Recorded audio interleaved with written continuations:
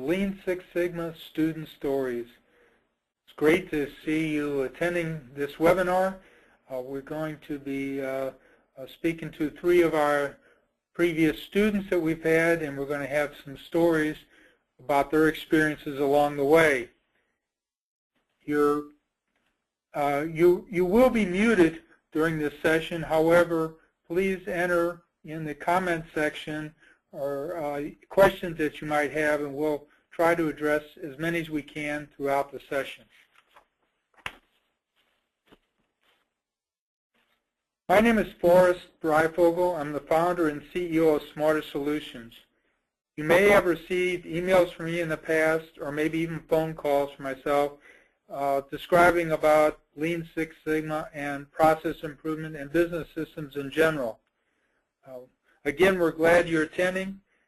As you can tell from past, we really love teaching Lean Six Sigma Green Belt and Black Belt classes. Smarter Solutions basically starts with 2 weeks of Lean Six Sigma Green Belt class, followed by an additional 2-week Black Belt class. You have the option of taking all 4 weeks together, or taking Green Belt and then at a later time finish the Black Belt training. What separates us from the rest of Six Sigma training providers is our unique approach to integrating business management with Lean Six Sigma, which we call Integrated Enterprise Excellence, or IEE. A few students will give you answers during this webinar on what to expect in our belt classes. We have lots of exciting information to give you in a short period of time, so let me introduce our fantastic student panelists. Then we'll move on to our questions. Again, we're glad that you're attending this webinar, and we appreciate your participation by asking questions. Brian is a 2005 Smarter Solutions Black Belt student. Brian, can you tell us a little bit about yourself and your background with Lean Six Sigma and how you got started with Smarter Solutions? Thank you very much, Forrest. I began in the semiconductor industry where we kind of jumped into Lean, kind of out of a necessity, out of a need because of our explosive growth at the time. And from there we moved on to evolve, or really evolved into Six Sigma, kind of out of a need for better process control. And that's kind of when I got involved with Smarter Solutions. And as I continued my career, whether it's on staff or in a consulting capacity, I was finding a need to use one of the tools or systems that I've learned through Smarter Solutions. Since having worked in the software industry, in the insurance industry, and most recently in the healthcare industry. Once again, having those resources and that background and the training has proved quite valuable for me as I've gone through the years. Okay, thank you, Brian. Vanessa. Vanessa is a 2002 Smarter Solutions Yellow Belt student and a 2014 Smarter Solutions Black Belt student. Vanessa, can you tell a little bit about yourself and your background with Lean Six Sigma and how you got started with Smarter Solutions? Sure, thank you. Well, I work in the healthcare field, and about 3 years ago, our organization was facing some major budget cuts, so we were asked to look at how we could be more efficient. So we did a lot of research and decided that Lean Six Sigma was the best approach for us, and after much more research, we decided that Smarter Solutions was the right fit for us. Part of that for us is because it's a local company for us. We're based in Austin, and so that they were really flexible and willing to accommodate our special needs. We've had 40 yellow belt students go through the training, 8 green belts, and 4 black belts total. So we've really enjoyed our experience with Smarter Solutions so far. Great, Vanessa. Thank you very much. Sure. Daniel is a 2014 Smarter Solutions Black Belt student. Daniel, can you tell us a little bit about yourself and your background with Lean Six Sigma and how you got started with Smarter Solutions? Yeah, thank you, Forrest. Yeah, my name is Daniel, and I started off in Corpus Christi in the aerospace industry. Was the first time that I utilized the Lean Six Sigma methodology. At the time, I wasn't aware of how to apply everything properly, and then about 2 years ago, I started in the pharmaceutical industry as a Lean Six Sigma specialist. And I thought I knew quite a bit about Lean Six Sigma methodology until September, October, November, and December of 2014, going through the Smarter Solutions Green Belt and Black Belt training. I left there with more knowledge than I could have ever imagined, and have already started using those things today. Okay, it's good. It sounds like all the various panelists are applying the methodologies that they learned to more than just doing projects, but kind of a way of life and how they look at data. At least that's what I'm hearing from them, and also I've heard from others. Well, my name is Forrest Breifeld. I founded Smarter Solutions in '92, so I've been at it a long time, and I've written like over a dozen books that's dealing with Lean Six Sigma, but also an overall business system. So we've kind of evolved. We really have a passion about trying to help organizations not only execute Lean Six Sigma, but how they can actually go in and make a difference to their overall business system as well. Okay, let's jump into some of the questions that we've put together first, and then also some questions that have been presented to us when various people signed up along the way. So I'd like to start off with a question to Daniel. How was your classroom experience? You attended recently, like you just said, in 2014. So what can you describe about the overall experience that you had? Yeah, I really liked the classroom atmosphere. I've always been a more hands-on kind of person. Personally, I think that the classroom setting is the only way to go. I know that there's a lot of people that go through the web-based portions, and that's really great for them, but for me, I need that hands-on approach. I need to be able to ask questions and to interact immediately with the professors. And so for me, the in-class setting was the best way to do it, because we were able to go through a week and then left for about 3 weeks and applied some of those principles here at my site, and then came back for another week. And so for me, it was September, October, November, and December of 2014, and it was a week out of every month, and then a 3-week break in between each one, and it gave me time to grasp and take hold of the information that I learned and actually apply it at my site through the use of the tools and methodologies and applying those principles to the project that I brought with me. Okay, that's great, Daniel. Appreciate that. Vanessa, now she has from a different perspective. She went through our online experience. Can you describe your thoughts about taking training online? Sure. For me, it was for flexibility purposes, and also because we had a grant deadline to meet, so that the online portion was the best fit for us. It was great. It was good, and my instructor was always on hand to answer questions when I needed him, and he's still available to answer questions.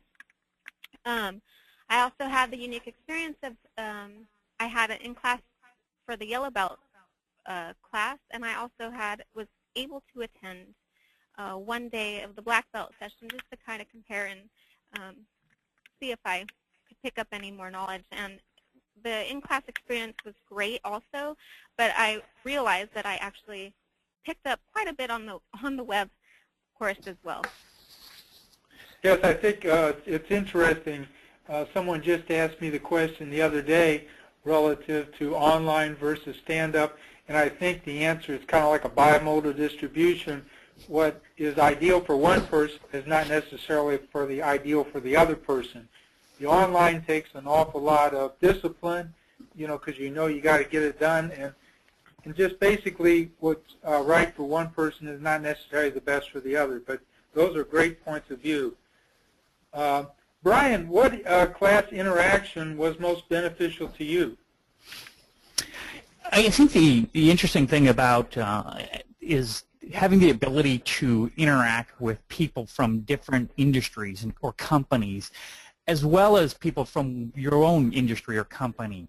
And so that gives you fresh perspectives. That allows you to swap ideas and see how, yeah, this could work over this, or how they're having the same issue or the same challenge.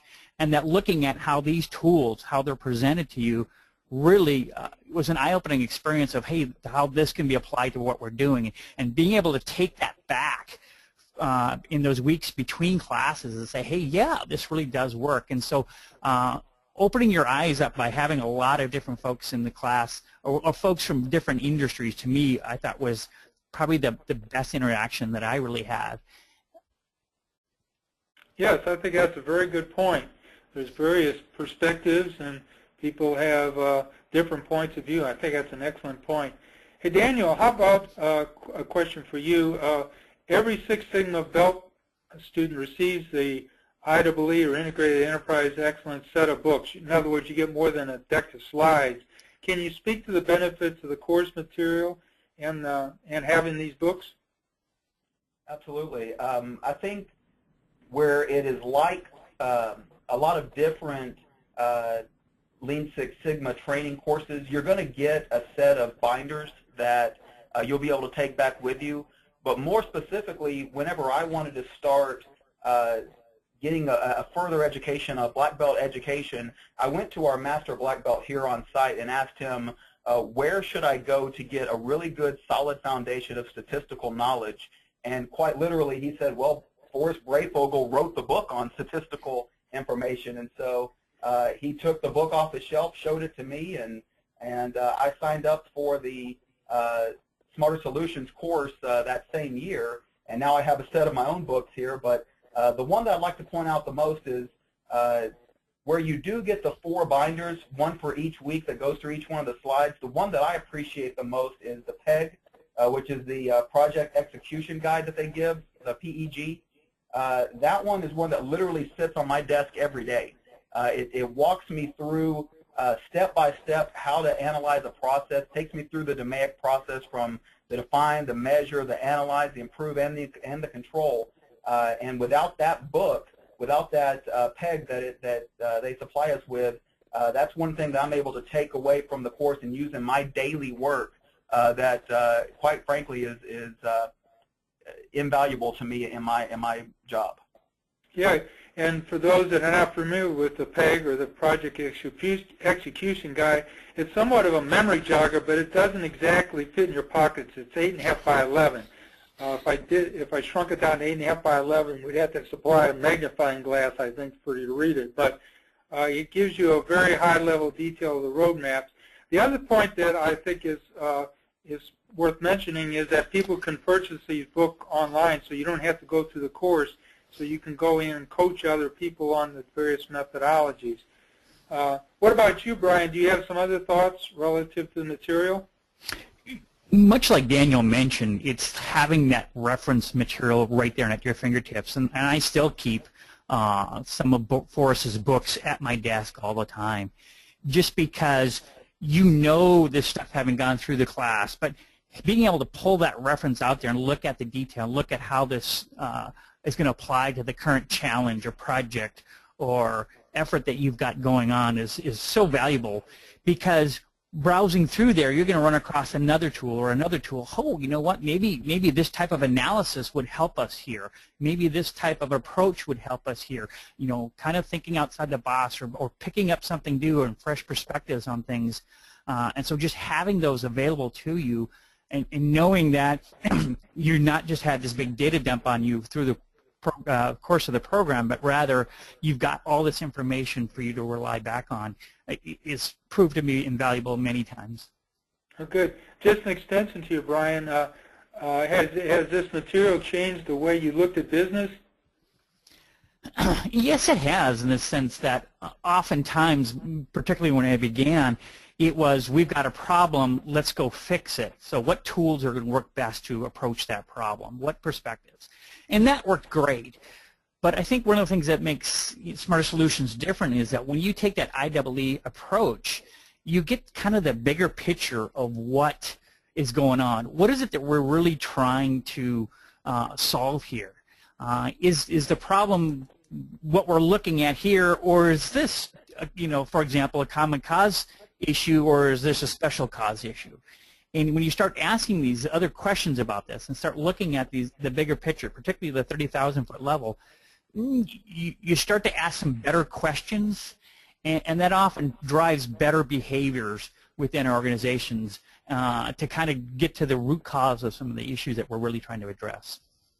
Yeah, and this is kind of an open question here. We talked about this IEEE methodology, or Integrated Enterprise Excellence. What's kind of your definition of it? And anybody can jump on in that might have a thought on that.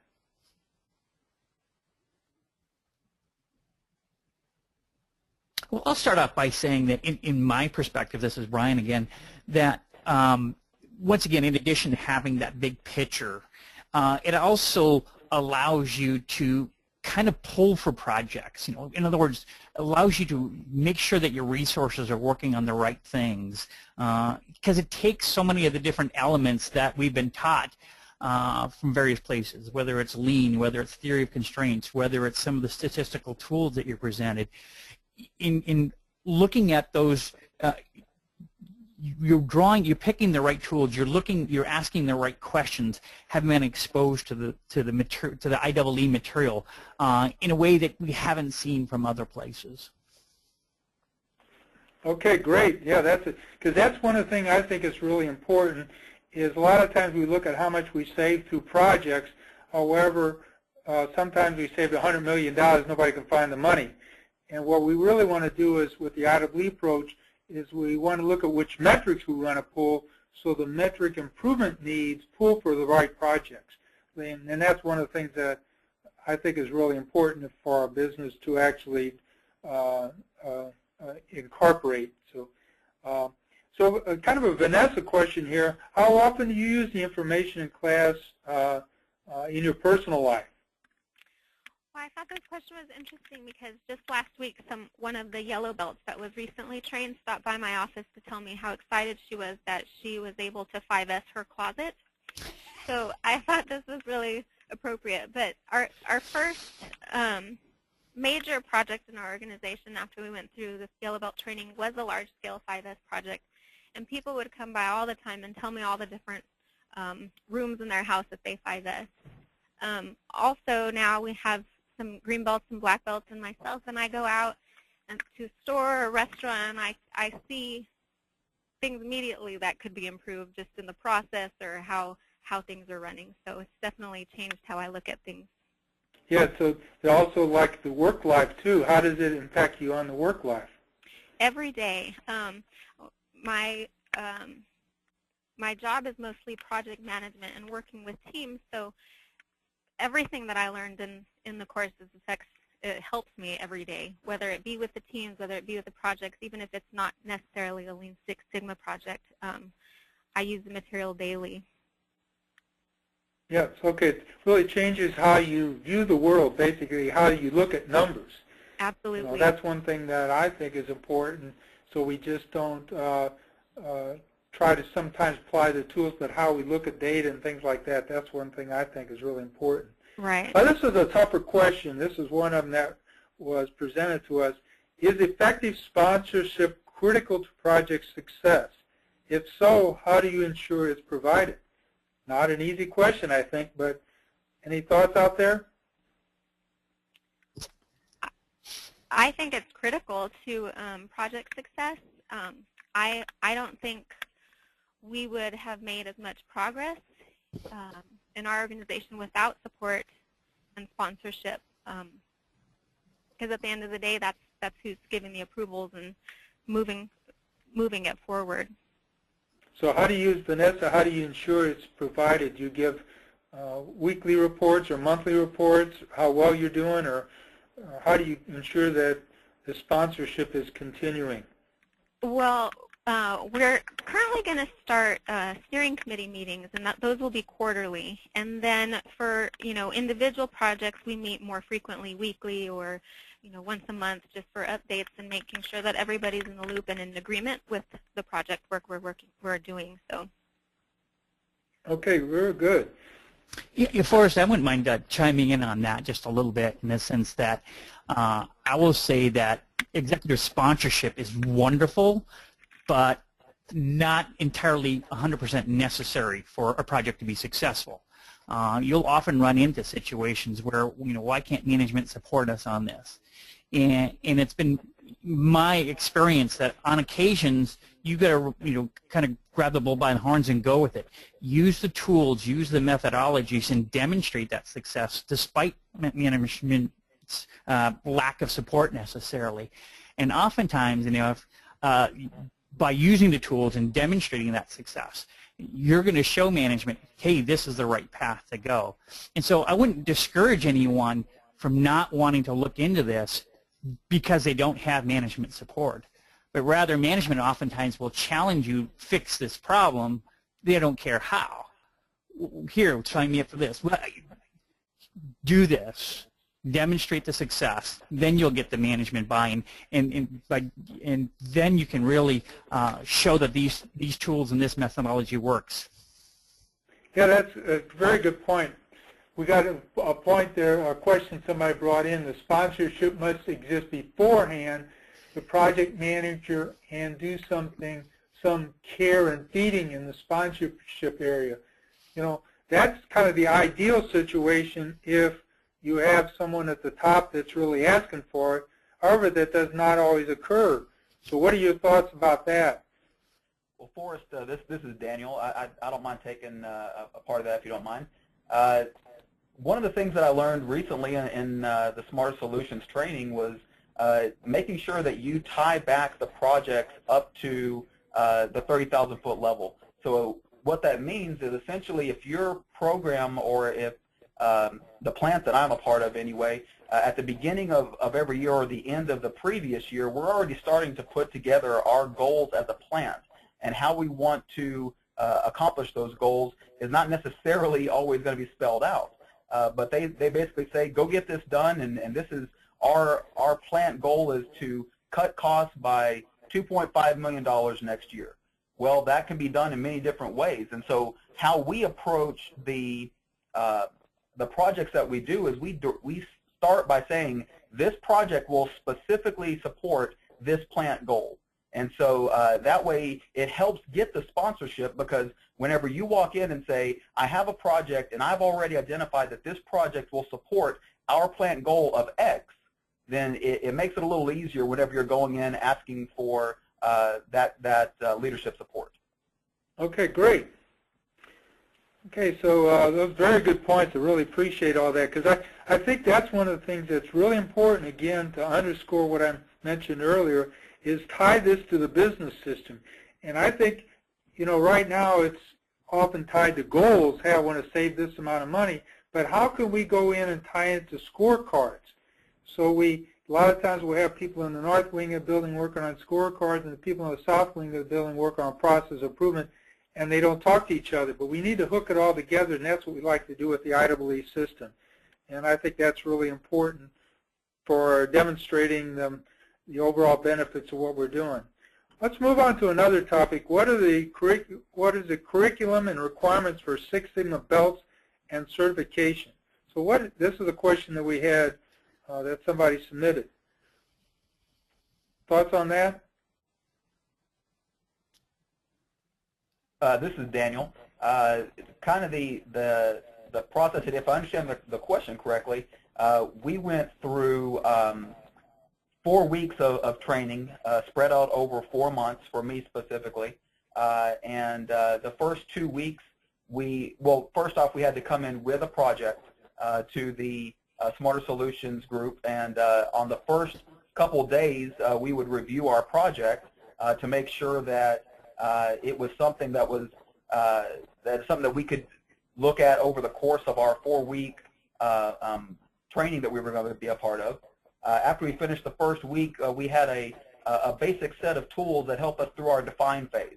From there, we went and started to look at defining the project, came back the next, after a month, after 3 weeks of break, and came back and submitted our findings for the define phase. And then we started to look into measure, and where Smart Solutions really, I thought, grasped the idea of the DMAIC process is really in the measure phase, where it breaks it out into many different subgroups of how you measure to make sure that you've established a good foundation before you go into analyzing, improving, and controlling the process.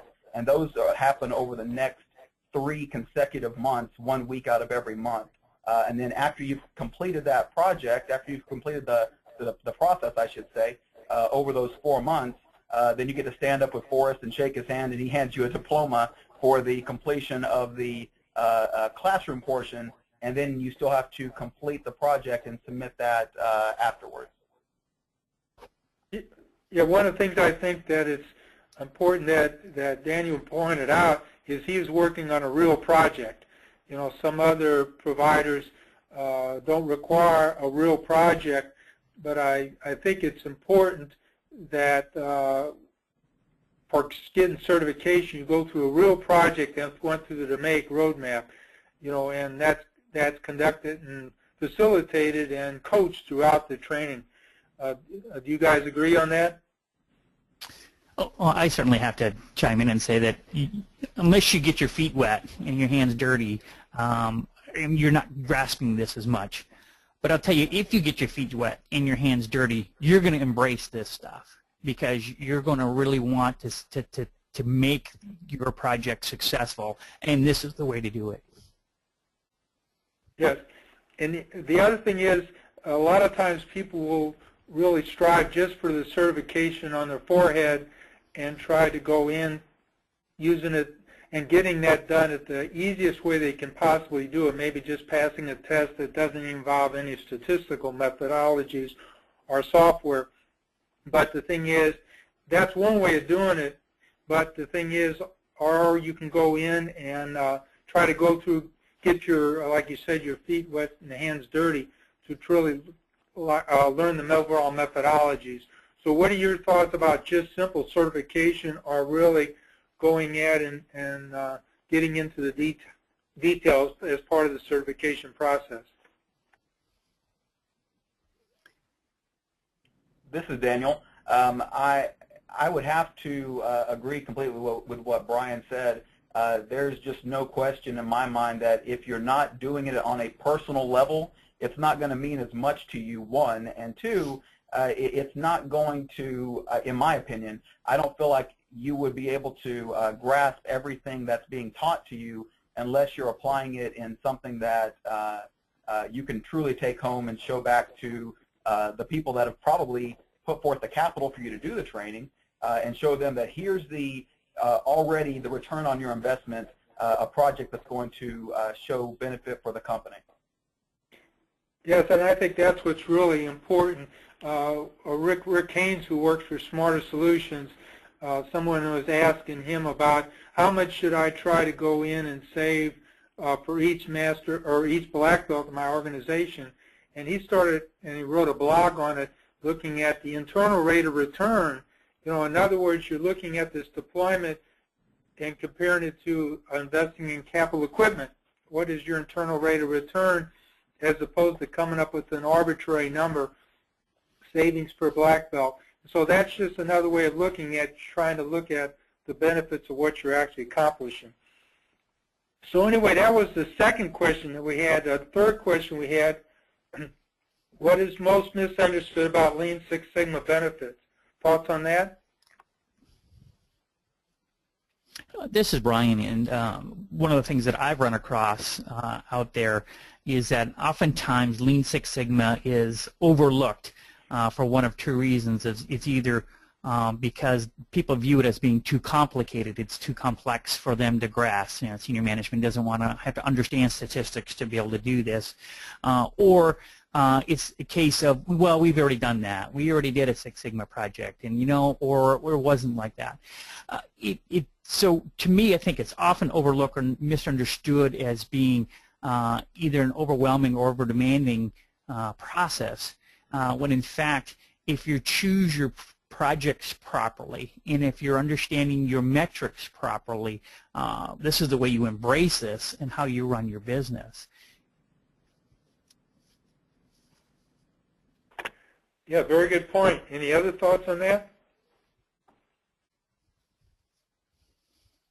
This is Daniel. One of the things that we look at, if you don't follow the process all the way through, you're bound and determined to come up with mistakes that you're going to have to wind up correcting later. I can tell you that there's been too many times whenever we didn't follow the process of truly doing a DMAIC process or truly using Lean Six Sigma, where we're now looking back and trying to fix a problem that we were addressing 2 years ago.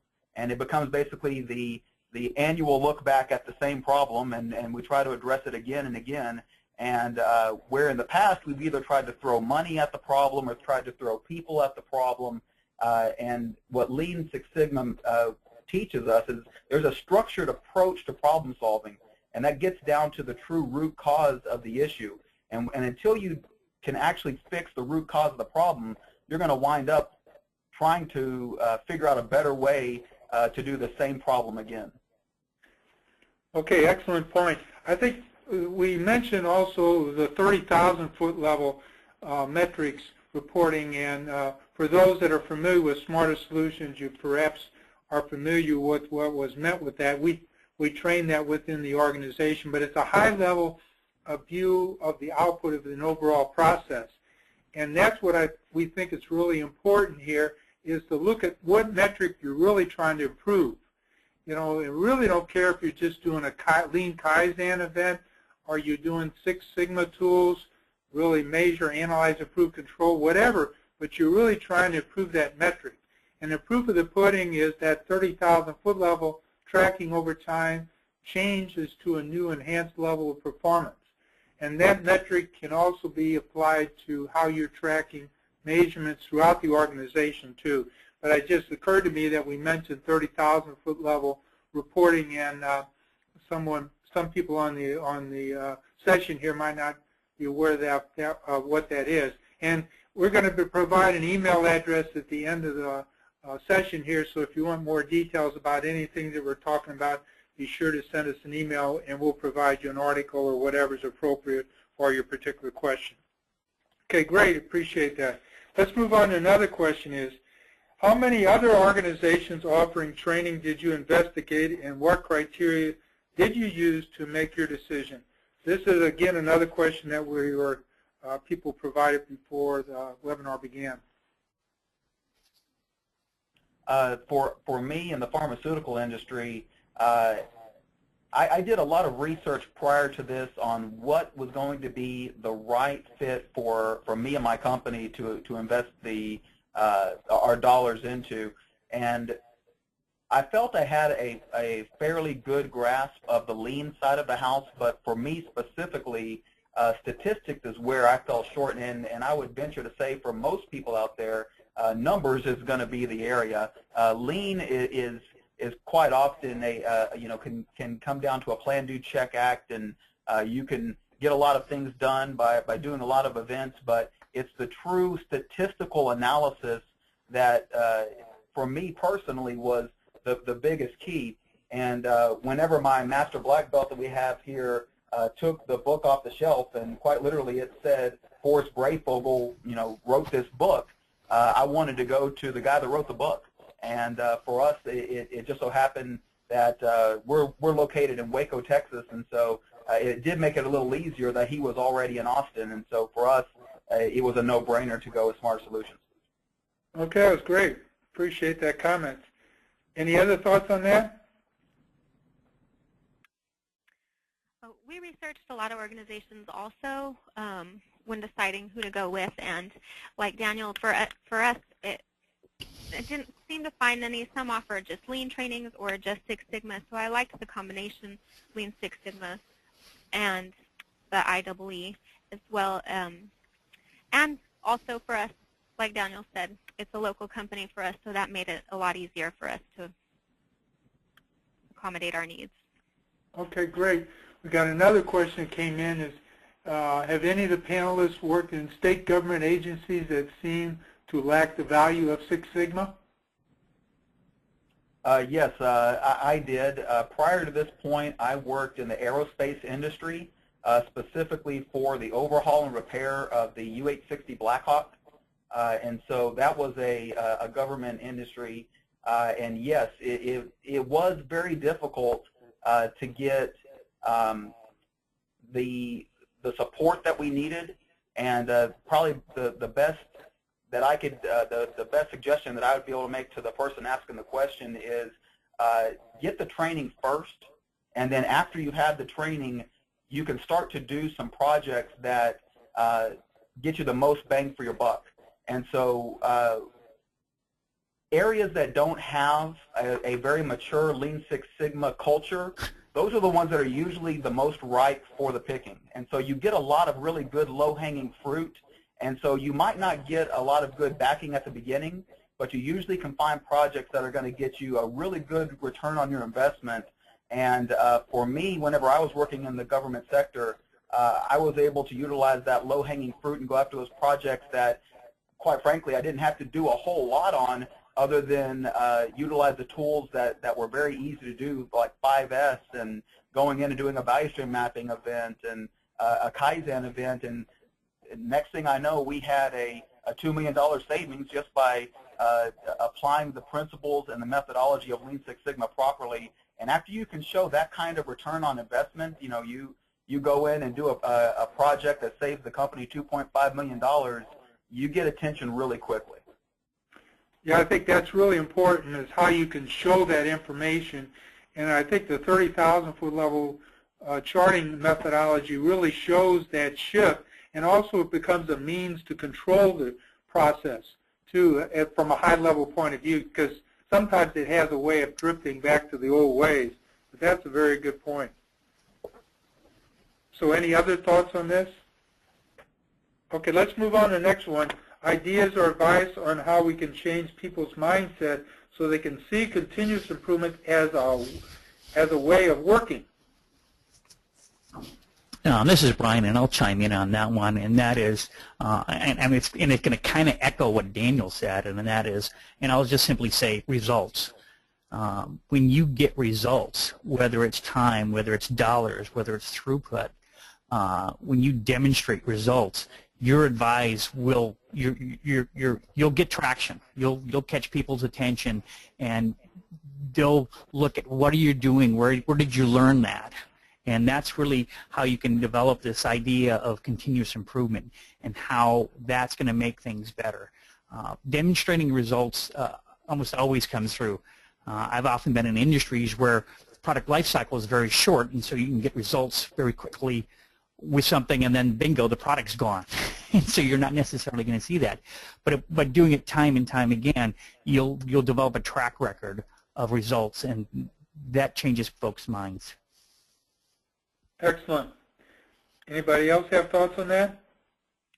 I just would like to add that definitely results are absolutely important, and for us, because it's a new way of thinking and program, communicating those results are so important, and making sure that everybody knows. We started giving presentations to the whole division and letting everybody know what our successes are so that we have more buy-in also. Yes, it's really important to do that.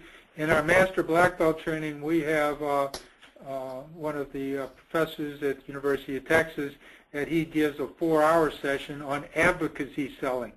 And he wrote the book on advocacy, John Daly. And it's an excellent session on how, if you got an idea, how do you sell it to someone else? And these same techniques can be used to go in and convey this information to others throughout the organization. But I suggest you might want to look into the book. It's called Advocacy. Another one is, how long does it take? This is another question that was asked. How long does it take to implement Lean Six Sigma and see return on investment? That's a really interesting question. How long does it take to see the implementation of Lean Six Sigma? Well, the idea that I have is you can start to implement with something as small as 5S, and it's one of the easiest tools to use. It immediately starts to show a change in an area, you know, sort, straighten, shine, standardize, sustain. When you go in and you just start cleaning house and you start getting rid of things that haven't been used in a long time, that's one of the easiest tools to apply, and it's one of the bare minimum things that you can do as a Lean Six Sigma specialist. Going in and just cleaning house, literally, and making things better, that happens right off the bat.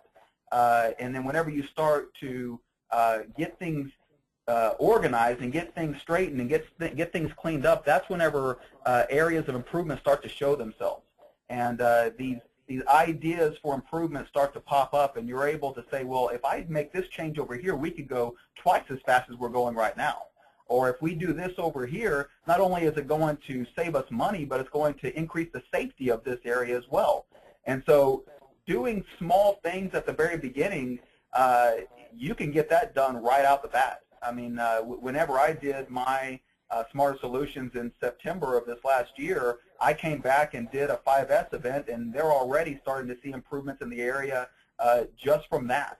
And that doesn't even start to go into the statistical analysis of things that could go to even make it a better process. And so how quickly can you see results? I would say immediately if you know how to apply the tools properly. And I think Smarter Solutions has a good roadmap of how to apply those tools the right way in almost any industry. Yeah, I think we can all look at our garage sometimes and say we need to apply 5S, or even in the organization, as someone's saying here, it could be 7S where you're adding safety and security. So those are things that we can do. And it also even applies to like even IT. How much have you spent on your computer trying to find a file? You know, and so we can go in and apply that. It may be soft savings, but that has a lot of the benefits. And also we do offer like 5S individualized training, so you know we can help you. If we're going to be helping an organization in the very near future actually do some 5S training for themselves. So we're not just doing Lean Six Sigma from our point of view. But again, I just wanted to emphasize, if you got some questions, go in and interject those into the into your screen in the chat function. So we're more than welcome to interject your questions. I think of most of these questions here. Well, Brian here got a question for you. For someone that, I think you're near your 10th anniversary as a black belt, can you tell the newer belt students what they can expect 5 or 10 years from now? It all depends upon what gets thrown at them. I've changed industries a couple of times, and the nature of the projects that I get can be very different. You mentioned software earlier too. Is there a way to apply 5S or Lean to software? And there are ways to do that. But all of these tools that you learn from Smarter Solutions can have different roadmaps, different techniques, and different ideas. And part of what I alluded to earlier, working with people, especially sitting in class with folks from other industries, you learn to think outside of the box. You learn to model folks from other industries and see, hey, how can this apply? And it's just a matter of how resourceful are you as a process improvement specialist or expert on being able to look differently at a problem and find some new issues. One of the big things about Kaizen is the idea of continuous improvement, which means that there's always something that can be worked on. There can always be something that can be done. But as you go through the years, at least for me, as I've gone through the years, you get thrown new technologies, new problems that people haven't seen before. So how do you do that? And oftentimes, the problems boil down to some fundamental issues which you can be resolved through the training you get through Smarter Solutions. Yeah, I think one of the things that I think is really important is coaching. Like when I'm a mechanical engineer by degree, but the last 12 years I was with IBM from 1980 to 92, I was coached by a great statistician that was kind of ahead of his times. And I think that's one thing that's really important, to go in and take advantage of coaching, and then also having the books. If somebody asks me a question, I say, oh, that's similar to maybe on page 375. So it's important to, I think, have a coach that you can kind of work with over the long haul. I got another question here that just came in. It says, what would you do to accelerate progress in Lean Six Sigma projects? So any thoughts out there? To accelerate process? I'm sorry, say it again. Progress. I may have not said it correctly. What would you do to accelerate progress in Lean Six Sigma projects? Gotcha. Okay, well, for me personally, and I don't want to divert away from the question, but we try to do the best that we can to not speed through the process. I think there is something to be said for taking it stepwise and, you know, defining the problem, because if you immediately jump to the measure stage or immediately jump to trying to analyze and you think you know what the answer is to the problem, too often if you don't take the time to truly identify, you know, do something like a team charter or do something like that true define phase, making sure that you really understand why are we trying to attack this problem. I appreciate the question because that is the truth with the way the industry is. We want to get to the answer, we want to get to the solution as quickly as possible, but my only caveat to that would be don't overlook the small things that some people would think, you know, I know what the answer is to this, I know how to solve this problem, I'm going to jump directly into it, and this is how we're going to do it. So what your project will be is, this is the solution, now go do this. And my only caveat to that would be, if you've truly done the define phase and you truly understand where you are once you've measured and you have truly identified what the root cause is, then you can try to progress as quickly as you can through the improve phase to try to implement and get your true solution put into place. But I would cautiously say be very careful not to just jump directly into the improve phase without making sure you've truly identified what the problem is, why you're there, and did you truly identify the true root cause before jumping to a conclusion. Yeah, and I think that's a very good rigor to the whole thing. But I suggest sometimes people want to jump to a solution, and if you got a good 30,000 foot level, how are you performing? And I'll say, okay, if you can do this very quickly, let's go in and do it, and we can make it go back. And if it really made a real big improvement, then the thing is we're done, maybe. Kaizen events over a couple days or something.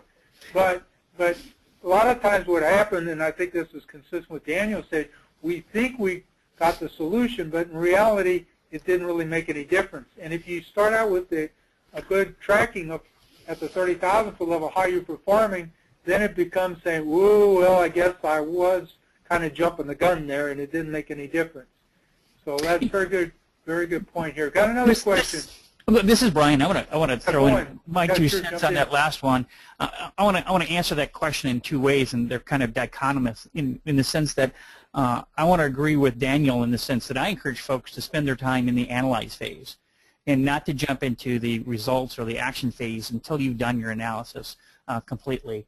I know a project where we spent, of the 8 months we spent on the project, we spent 5 on the analysis. And in 3 months we had outstanding results because we took the 5 months of doing an analysis and stepping through that. And so that we want to make sure that what we're doing is right, and then you've got that. So if you're looking for that quick result or that quick buck, oftentimes you can run into some issues. If you are indeed looking to accelerate the program, kind of show some progress, if you need to show some results real quickly, much like Daniel and Vanessa said, there's some low-hanging fruit out there. Go pick those and show some stuff. 5S is a wonderful way of doing that. You can, when you clean house doing a 5S project, suddenly you're going to lift people's spirits, and there's visibly some things that you can put into place. Put some visual management tools in place, and post some of the metrics that people are important to them, and let them know. So if you want a quick turnaround, you really want to accelerate some stuff, do those visual things, do those things that are going to make you just pick the low-hanging fruit, do a 5S. But then, as they mentioned too, take your time on the stuff that's going to cost you the money, and make sure that you're doing the right analysis, because if your metrics don't show the improvement, you're going to lose your battle. Yeah, I think that's an excellent point. There's another point, another twist, or another thing that I think is important, is also get the process owner involved, that we're really working on improving one of their metrics so it doesn't fall off of people's plates. A lot of times that's what creates the longevity of a project is it falls off of people's plates because the process owner is not asking for it to get done. So again, if you can tie that project to a metric that's important to the business, and the process owner is asking for it to get done because they're going to report to their boss's boss, then I think that you have an accelerant for that particular project. Here's another question. I think this may be time for the final one. I don't know. We'll see. But are Six Sigma concepts aligned? Well, no, I got a couple more here. What is the best way to capture soft dollar savings in Lean Six Sigma projects? Have anybody got thoughts on that? This is Brian. In my experience, a lot of times it's hard to tie some of the things you do. I run into the situation too where, hey, we saved $5 million on this project. Show me the dollars, right? And unless you're in a position where you've tied it to a metric specifically, you can do that. But many times we have cases of, look, we've reduced overtime by a substantial amount. I run projects where the team has not had mandatory overtime in 9 months, and now they've got this. So those are some things. So oftentimes you can pull in successes from soft savings through people's attitudes and through other things that are visual and just kind of lift and upbeat. And 5S is a good way to do that, as I mentioned earlier. But just kind of getting people on board and making sure that they understand this is what's going on. A lot of times those soft savings can be brought through kind of a better feeling about the organization, about what's going on, because you're working towards making things better. Yeah, I think it's a very good point, because I like to actually look at some of these projects could maybe change the policies of how we're running the business. Hey, maybe it's the compensations for, we're at the end of the quarter, all of a sudden sales really increased because of the compensation process we have for the sales force. They're meeting their quarterly numbers, and it breaks it back to manufacturing, for example. So we can, and those somewhat may be soft, but then also they get to be hard too when you're looking at it. So what about another question came in? Are Six Sigma, because we got still another 8 minutes or so here. Are Six Sigma, so if you got any other questions, just go in and put those into your chat function here. Are Six Sigma concepts aligned with Agile methodology, Scrum process, Kanban process? What are your thoughts? Are Six Sigma methodologies aligned with the Kanban process? The Kanban, but for also Agile software development methodologies? This is Brian, and having worked in the software realm a bit, Agile is still somewhat new to some organizations. Others have been doing it for a long time. But if you have the IEE training from Smarter Solutions, you're going to see a benefit to going the Agile route. And as I've discussed this with many software people before, defining Agile for your organization can be tricky because it's not a textbook thing, because it varies depending upon how your software release cycles are set up, for example, etc. But understanding how your team is working, what metrics are they driving to, those all align really well to a good Lean Six Sigma function. And driving their activities and how these people get involved with that, and especially if they're involved with how the metrics are defined and such, and then held accountable to that, which is a big part of Agile, right? Keeping accountability and responsibility. And if it's all there, then all of this aligns really well, depending upon which tools you're using and what your approach is. Yeah, I look at Agile as kind of a process improvement project for software, so it's kind of a quick plan, do, check, act process as you're going through the overall development process of the software as opposed to the waterfall, because you're never quite as smart enough to define every requirement that you might need for that software process here. We've got another question. Someone's talking about Six Sigma levels before and after process improvement efforts for a given process or industry. I'm not I'm going to take a shot at that one. I'm not really a big fan of Sigma quality levels. Like if you're a 6 Sigma organization, 5 or 4, a lot of times those numbers can be gamed.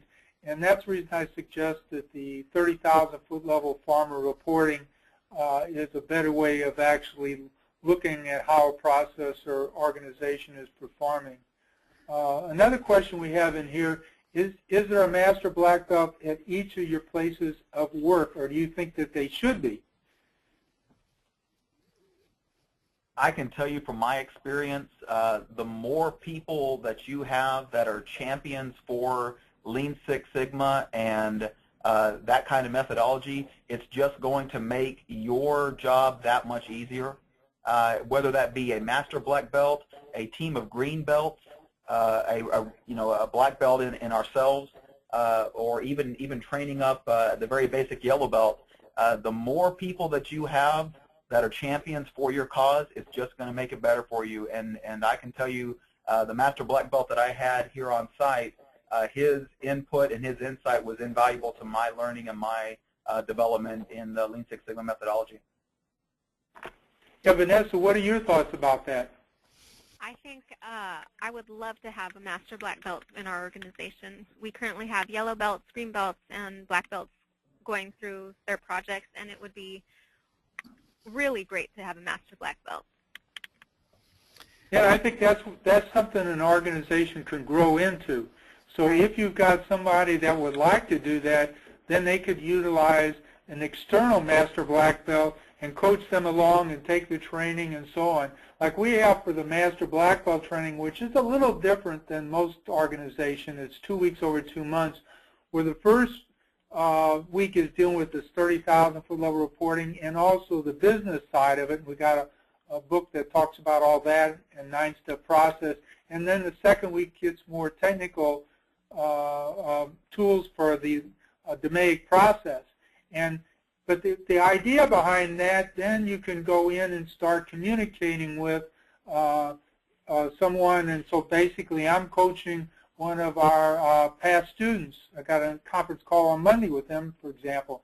And so now you can start coaching them along, and then later with the books they can end up working with, then they can be doing the coaching for their black belts and green belts. So to me it's a growth process. And that's one of the things that I think a lot of time is often overlooked, is we don't really take advantage of the coaching as much as we should. Because I think we all need to have mentors of some form or fashion. And I'll chime in on that too, in the sense that, once again, the more you communicate with folks that understand the methodology, the better you're going to be able to work through your issues and challenges. The more you can bounce somebody off of a coach or a master black belt within your organization. You know, especially if you want to take an issue to senior management, you know, they're not grasping this. If they can rely on that master black belt or that master black belt coach, then they'll feel much more comfortable about the approach that they're taking to resolve an issue or to take on a new challenge of reducing costs by X%, et cetera.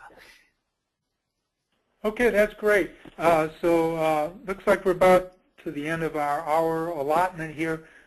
Is there any other final thoughts by any of the panelists?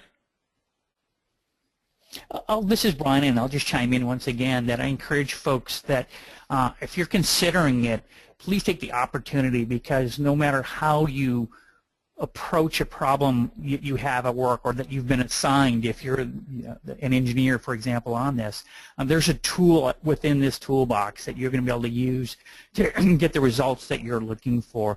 And so I really encourage folks to get in touch with Smarter Solutions and find out how they can learn about all these tools and all that's available. Okay, great. Well, as I mentioned here, we covered a lot of ground, and we do have also we got some resources that's out there. We've got like over 300 different articles, recorded webinars, and so on that's available. We have public training. We do on-site training also as well. And if you want us to go in and send you some links to this kind of information, just feel free to go in and send something to info@smartersolutions.com. And also, if you have any other questions, feel free to go in and send us that question either through email or give us a buzz. So again, I really want to thank our panelists. I think they did a great job, and I appreciate that, and also the excellent questions that we've had from all our participants in this webinar. So I wish you guys to have a great the rest of the day, and some of you are not as warm as we are. Brian's real cold up north, but we're not too bad here down in the south end of the United States. So again, have a great day and remainder of the week.